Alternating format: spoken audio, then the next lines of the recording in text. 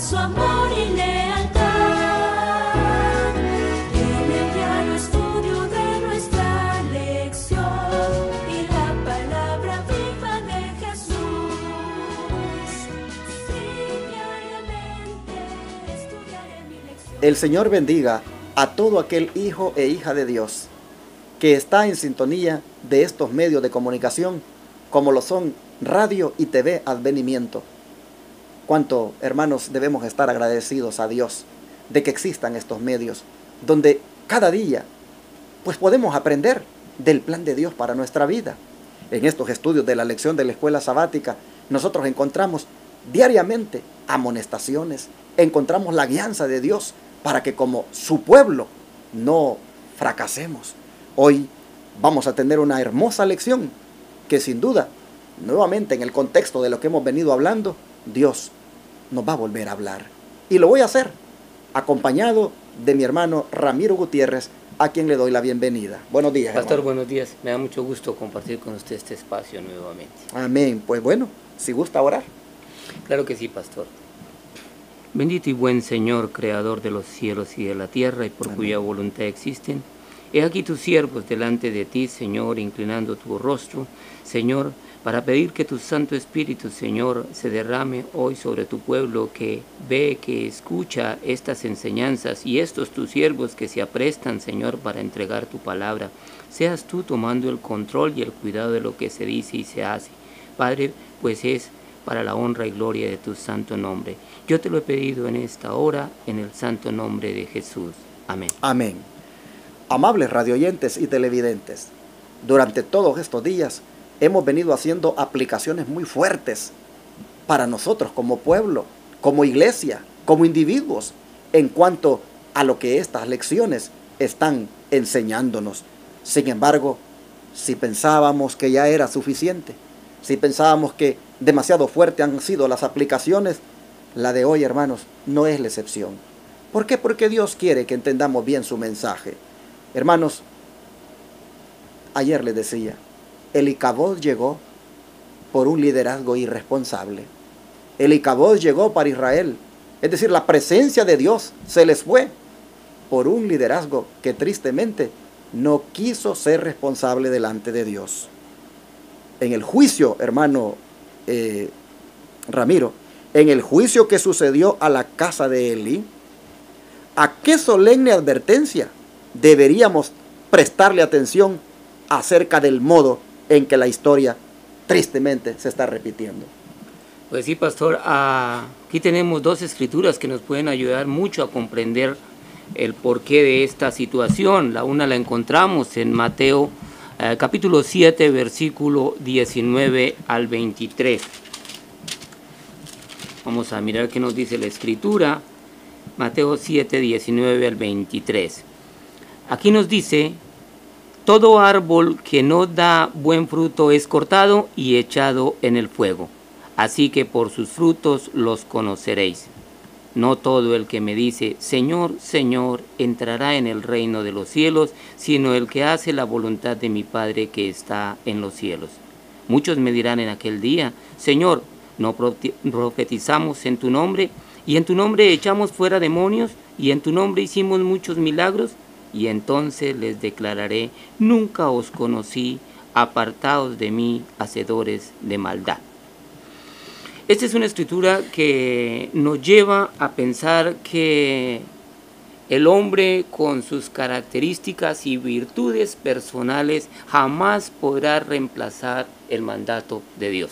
El mandato de Dios es único, es para obedecerlo, no requiere de opinión, no tiene discusión, simplemente obediencia.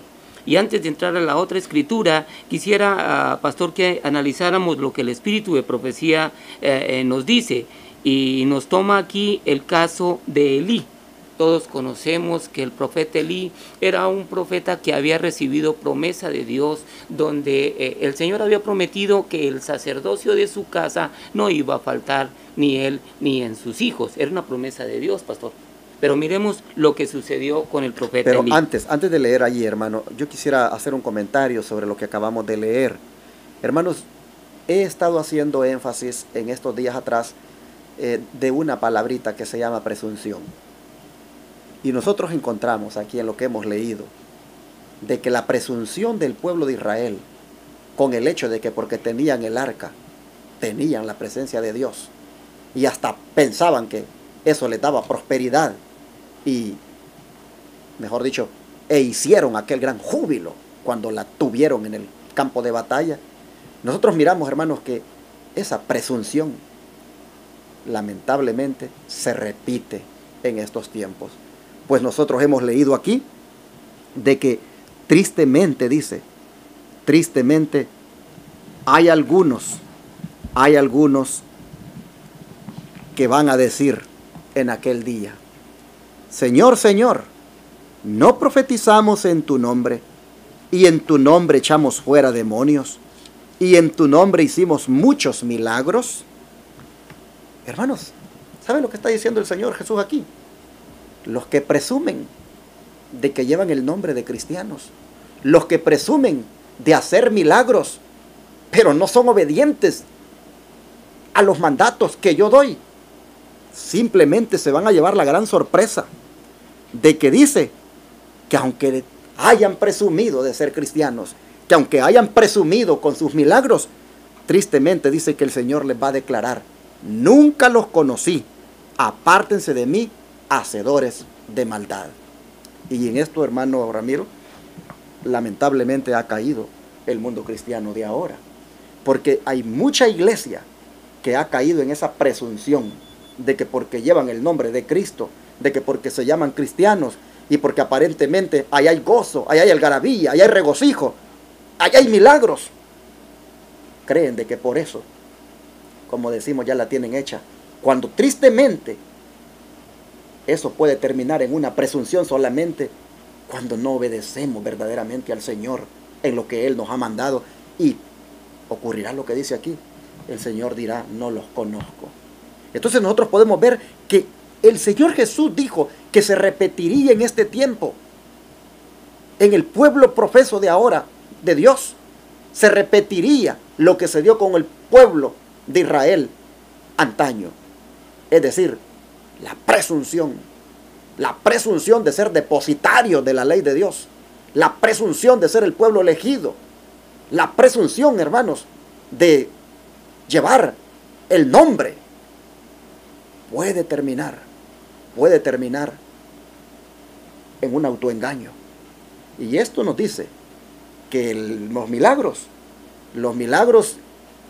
cuando no se está en un pueblo que se es obediente a Dios, no son garantía de que Dios esté allí.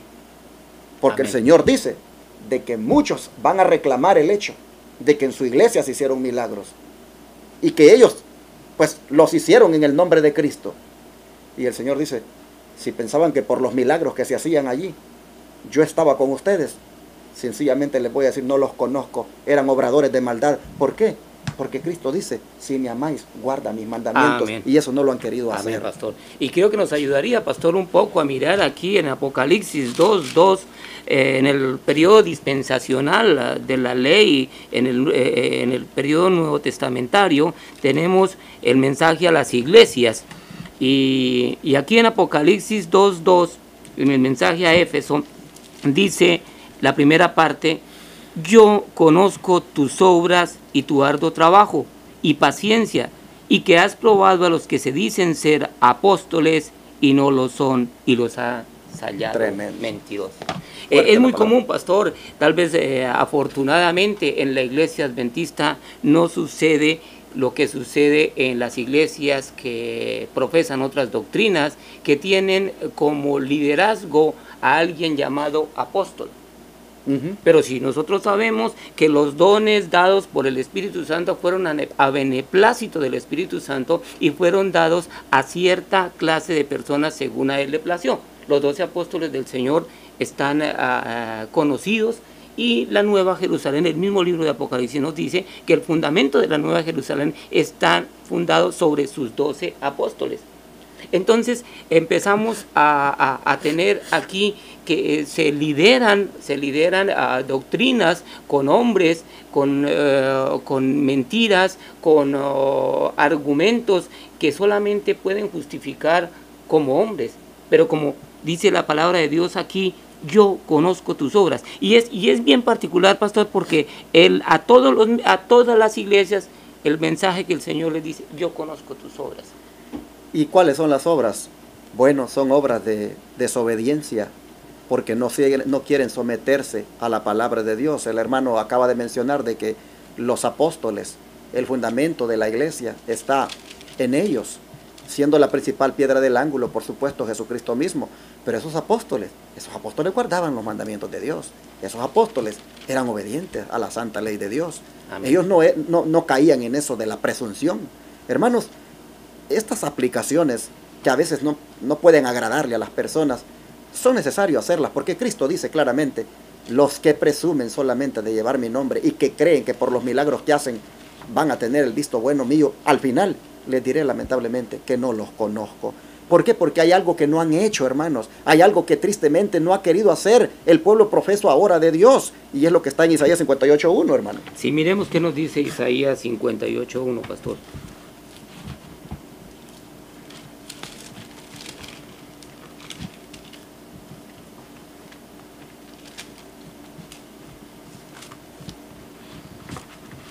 Isaías 58.1 nos dice de la siguiente manera, pastor. Dice, clama a voz en cuello, no te detengas, alza tu voz como trompeta y anuncia a mi pueblo su rebelión y a la casa de Jacob su pecado. ¿Cómo me llama la atención, pastor, esta primera parte con la que inicia el versículo? Clama a voz en cuello y no te detengas. Y le dice, alza tu voz como trompeta. Pastor, ¿qué le dice a usted cuando la Escritura le habla de hacer sonar tu voz como trompeta? Bueno, que el sonido, hermanos, el sonido de la trompeta no es un sonido confuso, es un sonido claro, que cualquiera lo puede entender. Es un sonido, como se dice, certero.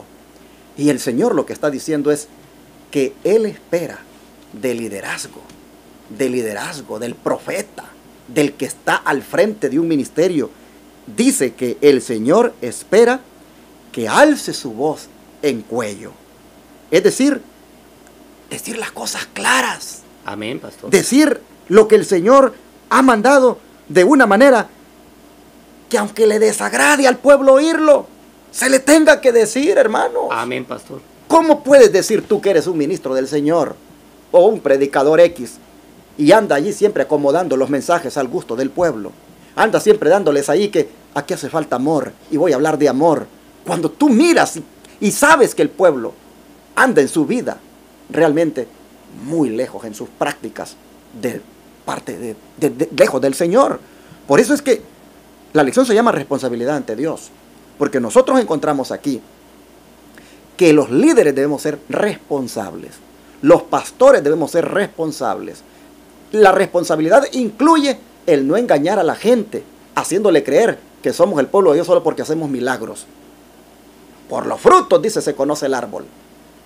La responsabilidad incluye el amonestar al pueblo de la manera como sea necesario para que el pueblo entienda qué es lo que Dios manda. Todo eso incluye la responsabilidad que tenemos ante Dios. Y fue en eso donde lamentablemente falló Elí, fallaron los hijos de él, fallaron los príncipes que dijeron vamos a traer el arca y usarla como amuleto. Fallaron en todo eso. Pero todo había empezado con la cabeza, hermanos, la falla. Por eso es que responsabilidad ante Dios es lo que tenemos que entender que debe haber en nosotros como líderes, pero también en el pueblo al cual lideramos. El don de profecía nos dice, por ejemplo, cómo era Elí. Y allí podemos ver que él no cumplió su papel como ministro. Él no cumplió su llamado como el Señor esperaba que lo cumpliera. A ver si leemos en el Espíritu de Profecía qué dice acerca de él. Claro que sí, pastor. Iniciemos con un primer párrafo que dice: Elí era amable, amoroso y cortés. Sentía un verdadero interés por el servicio de Dios y la prosperidad de su causa. Su oración era poderosa nunca se levantó en rebelión contra las palabras de Dios. Pero tenía un defecto. Mire, pero, ve que siempre hay un pero. Sí. El pero ahí es donde está el problema. A ver, ¿cuál era el pero?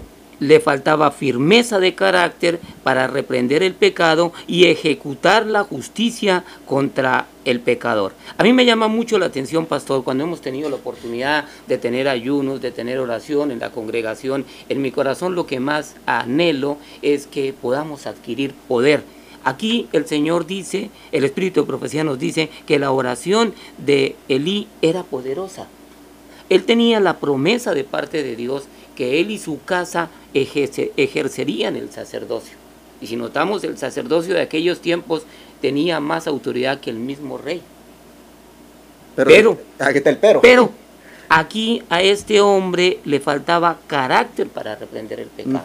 Entonces es, pastor, lo que usted mencionaba anteriormente, y podemos ver en diferentes tipos de iglesias donde el mensaje va dado a la conveniencia y al gusto del pueblo. Exactamente. A las finanzas que se requieren para mantener un templo que ya no existe, porque el Señor no habita en templos hechos por manos de hombres, habita en el corazón del hombre, pastor. Hermanos, nosotros vemos que no es suficiente servir a Dios como pastor o como anciano de iglesia. No es suficiente que tengamos interés en la prosperidad de la iglesia.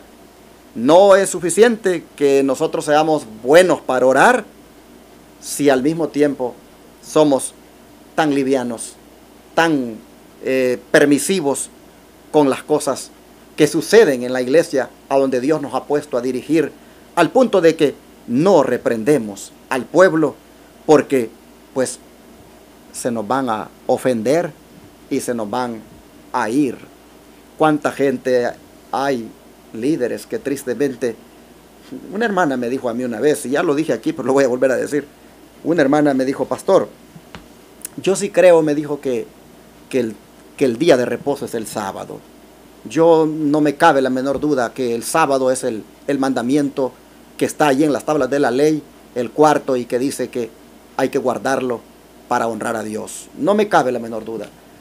Pero, pastor, dice, yo hablé con mi pastor de la iglesia a la cual pertenezco y le dije claramente: ¿por qué nosotros no guardamos el sábado? Es más, ¿por qué no colocamos de ahora en adelante los cultos en día sábado? Y el pastor le dijo: no, le dijo, se me va a ir la gente. ¿Cómo puedo hacer eso? Si el domingo es cuando la tengo llena, ¿cuántos me van a venir? Ahí está lo que usted dice. Acomodan la verdad al gusto de las personas, porque hay intereses monetarios de por medio.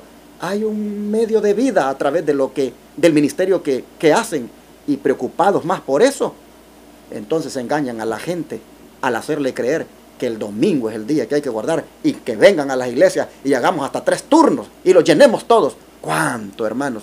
¿Cuánto?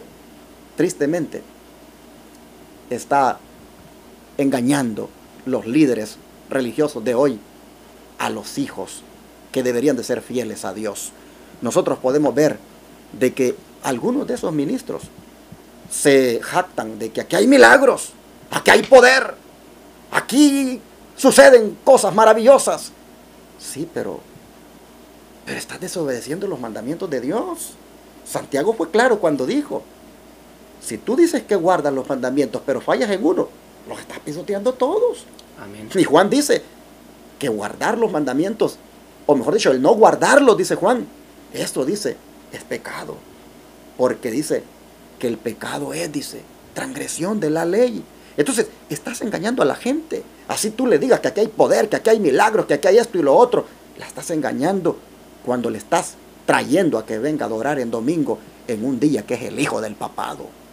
Oh, hermanos, no basta solamente con buenas intenciones, no basta solamente con querer la prosperidad, si a cambio de eso vamos a sacrificar los principios divinos. Eso nos hace líderes irresponsables. Es tremendo que por eso, dice Dios, no podía confiar en él para mantener la pureza de Israel. Andaba corrupto el pueblo, andaba contaminado el pueblo en el pecado, porque con un líder así tan liviano, tan así de querer quedar bien con todos, con un líder de que, no, yo no puedo reprender, yo no puo hablar así porque se me va a ir la gente. No, con un líder así, el pueblo se corrompe. El Claro pueblo no que sí, entiende que Dios demanda santidad. Claro que sí, pastor. A mí me llama la atención que la sierva del Señor deje claro aquí donde dice, por eso Dios no podía confiar en él para mantener la pureza de Israel. Si no se mantiene la pureza de la palabra de Dios, en vano está que prosperemos. Usted, por ejemplo, es padre de familia, yo lo soy también. Usted ama a sus hijos, ama a su hijo, yo amo a mis hijas, amamos, usted a su esposa, yo a mi esposa, pero no es cierto de que en medio de todo ese amor también ponemos la disciplina, la regla, llamamos al orden, porque no se trata de tener irresponsablemente una familia pues rebelde que vaya contra los planes de Dios. Bueno, si así lo hacemos en la casa, ¿por qué los líderes también no debemos hacerlo en la iglesia que Dios nos ha confiado para dirigir? Qué triste, porque Elí lamentablemente había caído en ese grado de degradación espiritual al punto de que Dios ya no podía contar con él para mantener la pureza de Israel, y el pueblo por lo tanto andaba contaminado en el pecado. Esto, hermanos, es una lección para nosotros. Por eso dice la pregunta, ¿cómo eso se repite hoy? Pues de la manera como lo estamos diciendo. Siga leyendo. Claro hermano. que sí, pastor, porque continuando dice, no añadió a su fe, ¿a qué? A lo que creía, el coraje y la fuerza de decir no en el momento y el lugar justos. Quiero parar un momentito aquí, pastor, para llevarlo a usted en la memoria, porque sé que lo conoce muy bien, a Lutero. Sí. Las palabras que él dice, ¿traicionaría yo mi conciencia? ¿Cómo teniendo uno en la conciencia el conocimiento, la certeza de que esta palabra es la verdad, actúa uno de manera contraria? Es como un choque eléctrico que se hace ir en contravía de algo que en la conciencia de uno ya está claro. Continúo, pastor. Dice, el pecado es pecado y la justicia es justicia. Es preciso que suene la trompeta de alerta. Vivimos en una edad terriblemente malvada. La adoración de Dios se corromperá a menos que haya hombres despiertos en cada posición de responsabilidad. Ahora no es tiempo de que nadie quede absorto en las comodidades egoístas. Tremendo. No se debe permitir que ninguna de las palabras pronunciadas por Dios caiga en tierra baldía.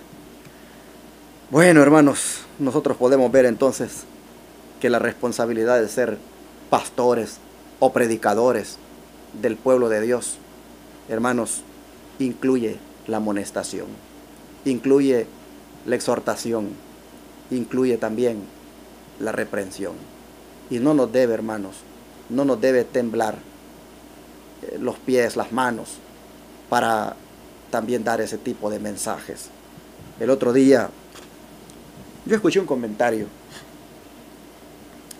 acerca de la iglesia de Advenimiento, y el comentario era de que pobrecitos los jóvenes de la iglesia de Advenimiento, porque ese pastor los tiene reprimidos con esa manera como él les predica. Pobrecitos, porque él no hace eventos, o él no tiene todo un programa como de entretenimiento donde los muchachos puedan pues hacer lo que a ellos realmente les gusta. Pobrecitos, cómo se ve que están reprimidos.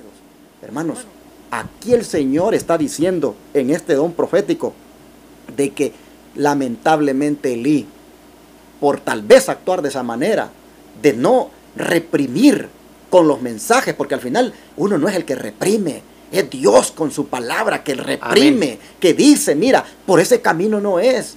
Oh, pero Elí la dejó pasar. Y claro, le permitió a los pastores también, porque él era el presidente de la conferencia de aquellos días, hermanos. Él era el presidente del concilio. Amén, y él era su deber amonestar a los pastores. Yo ahora, con todo respeto, pero conozco ahora a un presidente del Israel moderno que se llama Ted Wilson, y que su mensaje es bonito, pero sus ministros, los que Dios le ha asignado para que los presida, algunos de ellos van haciendo lo que les da la gana, y no hay una amonestación, no hay de parte de la cabeza una reprensión y un orden en ese ministerio. Entonces nosotros podemos ver de que ser un tipo de ministro así, que se hace, como dicen, que cierra el ojo, pues, cierra un ojo para no ver completamente, y se hace, allá en mi país le dicen, se hace del ojo pacho, dicen, para dar a entender de que deja pasar las cosas. Bueno, hermanos, lo que va a traer como resultado es una iglesia que ande semi cristiana. ¿Por qué? Porque es mundana y cristiana al mismo tiempo. Bueno, Elí tristemente porque no reprimía, porque no amonestaba, porque no hizo su trabajo como el presidente de la iglesia de en aquel tiempo. Bueno, miren ustedes los ministros a dónde acabaron. Acabaron, hermanos, llevando al pueblo a que el Icabod le llegara. Así que al final, que digan que uno, pobrecito, cómo tiene a la gente porque la reprime, al final, hermanos, uno está seguro de hacer lo que Dios ha mandado, que es, como dice aquí, dar el sonido a la trompeta de alerta.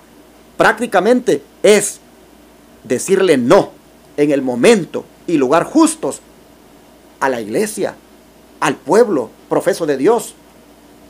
Porque no podemos, hermanos, no podemos dejar que la iglesia vaya haciendo y deshaciendo todo, haciendo todo lo que le parece bien, porque no todo lo que le parece bien Dios lo aprueba. Así que yo hago esta amonestación para mí primeramente, la comparto para los ministros de ahora, porque aquí me está diciendo el Señor cuán responsable debo ser y no caer en lo que cayó Elí tristemente.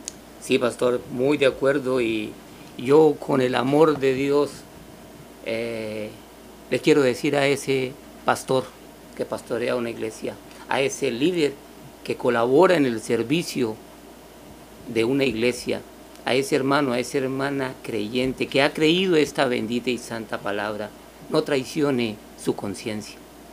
No pierda su salvación por traicionar su conciencia a conveniencias del hombre. Son tiempos muy difíciles y el pastor que me esté escuchando, si ha creído a esta palabra, si ha leído las cartas del apóstol Pedro, podrá comprender que va a tener que dar cuenta por aquellas ovejas que pastoreó. Si no nos vestimos, si nuestras acciones no están vestidas de justicia, no solamente nos vamos a perder, sino vamos a ocasionar que se pierda el pueblo el cual el Señor le ha asignado para que lo pastoree. Y sabe, hermano, que para leer, digamos, o terminar el primer párrafo, aquí hay más amonestación. Vivimos en una edad, dice, terriblemente malvada. La adoración de Dios se corromperá a menos que haya hombres despiertos en cada posición de responsabilidad. Ahora no es tiempo de que nadie quede absorto en las comodidades egoístas. No se debe permitir que ninguna de las palabras pronunciadas por Dios caiga en tierra baldía. ¿Se dan cuenta? La grande responsabilidad que tenemos. Una grande responsabilidad delante de Dios. Así es. Pero sabe, hermano, de que este problema, y ahora, pues ahora, digamos, la lección de ahora es para aplicarla más al Israel moderno, a los adventistas del séptimo día. Porque como nosotros vemos, donde anda el pueblo ahora, es sencillamente hacia donde los líderes la han llevado. Los caminos en los que anda hoy la iglesia adventista es responsabilidad sencillamente desde la cabeza, pasando por todos los ministros. Hermanos, pero esto de no quererle dar a la trompeta el sonido certero, de dar la alerta y de amonestar y de ser firmes y rectos y decirle a la gente la verdad, esto, hermanos, es sencillamente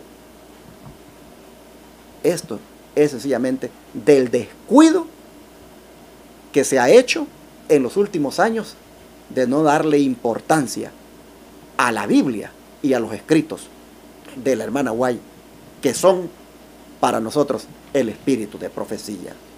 Miren, lo he dicho y lo recalco, el gran problema de Samuel y de sus ministros estribó en que hicieron a un lado la autoridad de Dios revelada en la Biblia y el don profético.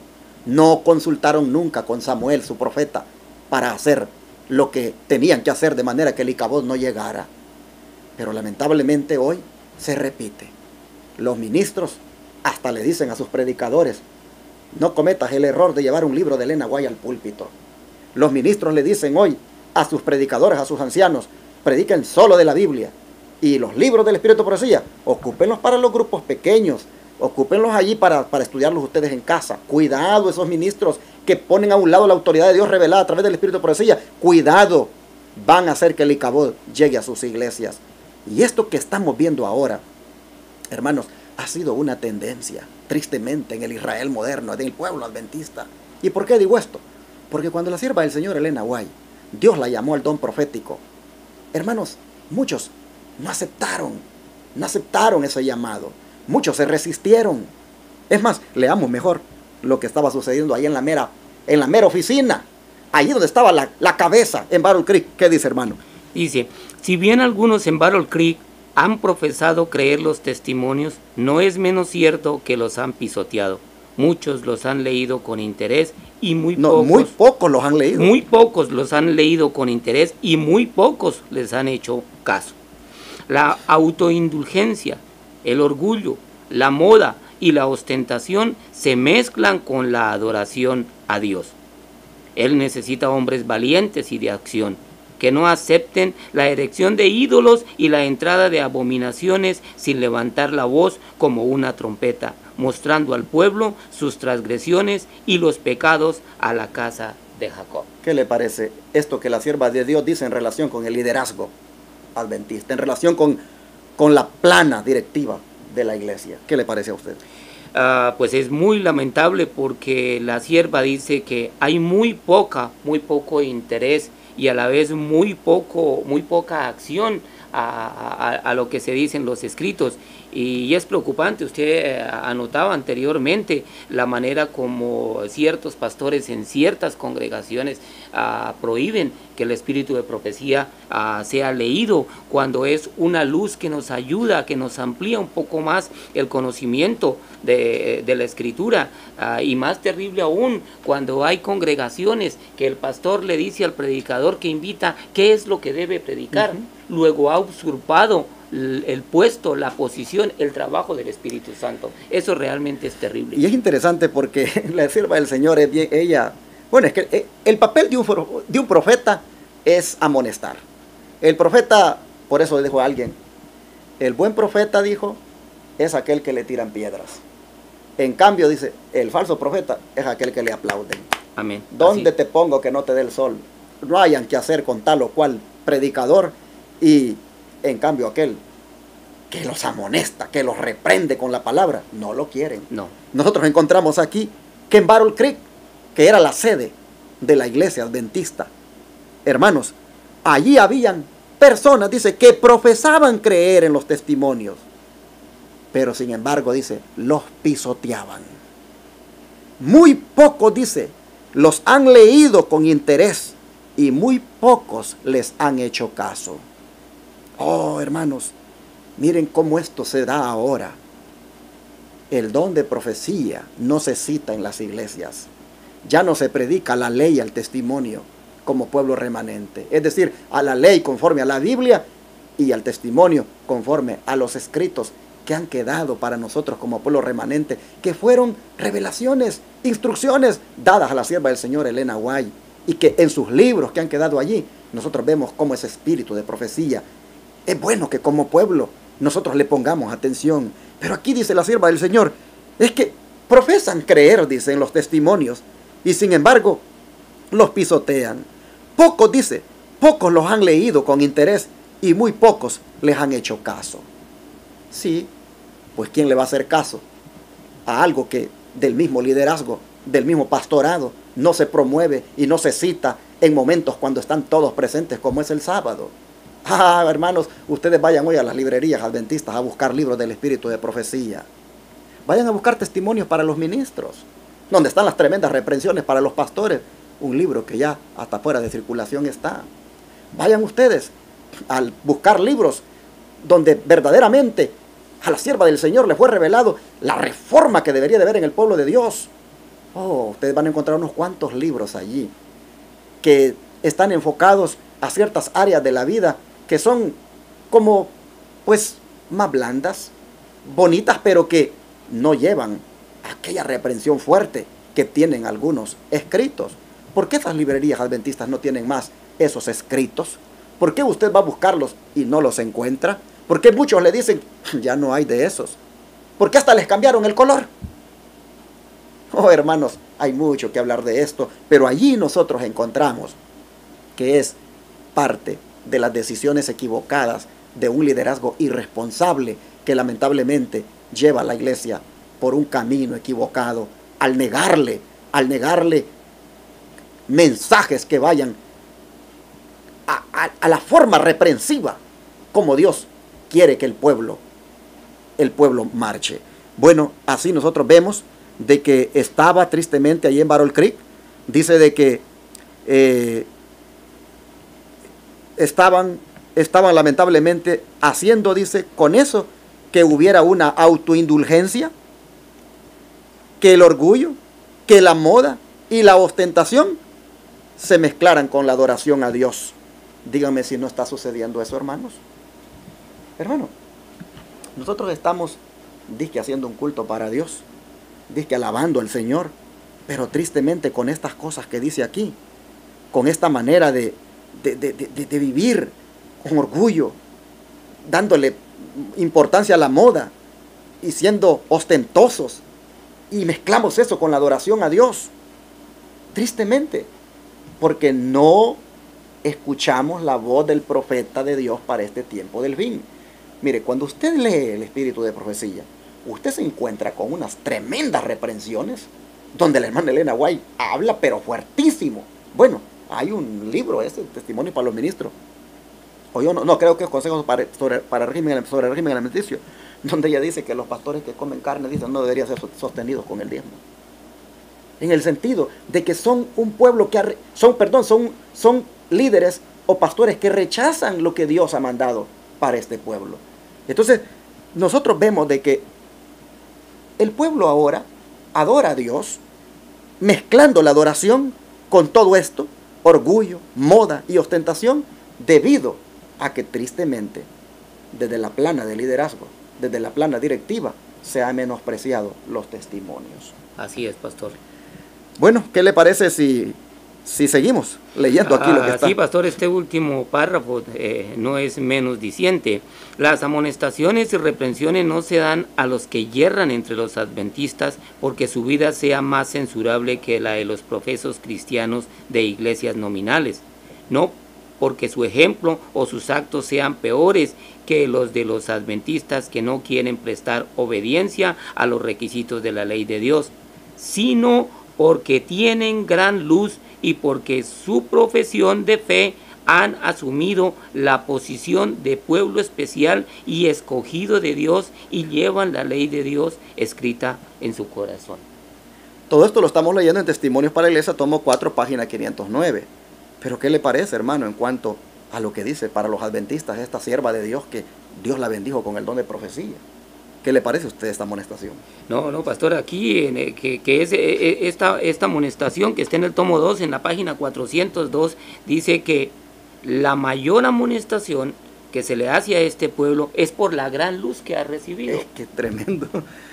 Volvemos nuevamente, pastor, a aquello que Lutero decía, traicionar la conciencia. Como en la conciencia se tiene cierto conocimiento y los actos nos llevan a hacer otra cosa. Exactamente. Bueno, hermanos, ustedes pueden ver de que al final es una lección que está fuerte para todos los que tenemos responsabilidad en la iglesia, llámese pastor, llámese anciano, llámese diácono. Aquí nosotros podemos ver, hermanos, de que pues no es así nomás que tenemos que estar en esos privilegios. Demanda el Señor que demos las amonestaciones y reprensiones a los que cometen errores, a los que llevan el nombre de pueblo remanente o pueblo elegido de Dios, que es depositario, como he dicho, de una gran verdad y que sin embargo no vive siendo santificado por dicha verdad. Pero para terminar, hermano Ramiro, cuando los filisteos fueron maldecidos al robar el símbolo de un Dios que no adoraban, porque al final pues ellos se lo robaron, la gloria, el Icabod consistió en que se robaron el arca e interpretó el pueblo y especialmente la nuera de Eli, de que eso significaba que la gloria se retiraba, que la presencia de Dios se retiraba de Israel. Pero cuando estos que se la robaron dice que fueron maldecidos al haber hecho aquello. ¿Cuánto tiempo pasó antes de que regresaran el arca?